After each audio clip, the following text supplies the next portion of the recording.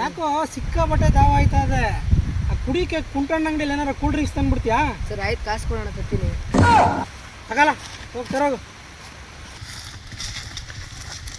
Juice ತಂದ್ಬಿಡ್ಲಿ, ದಾವ ಆಯ್ತದೆ, ಚೆನ್ನಾಗಿ ಕುಡಿದ್ಬಿಡುವ. ನಾನು ಚೆನ್ನಾಗಿ ಕುಡಿದು ಬಿಡ್ತೀನಿ, ನನಗೂ ದಾವ ಇದೆ. ಬರ್ಲಿ ಬರ್ಲಿ. A few moments later. ಇವನೇನ್ಲ ಕಳಿಸಿ ಇಷ್ಟೊತ್ತಾಯ್ತು ಇನ್ನ ಬರ್ಲೇ ಇಲ್ಲ. ಅಣ್ಣ ನನ್ನಾರ ಕಳ್ಸಿದ್ರ ಆಗೋದ ಕಾರಣ ಅವನ ಕಣ ಕಳಿಸ್ತೇ ನೀನು.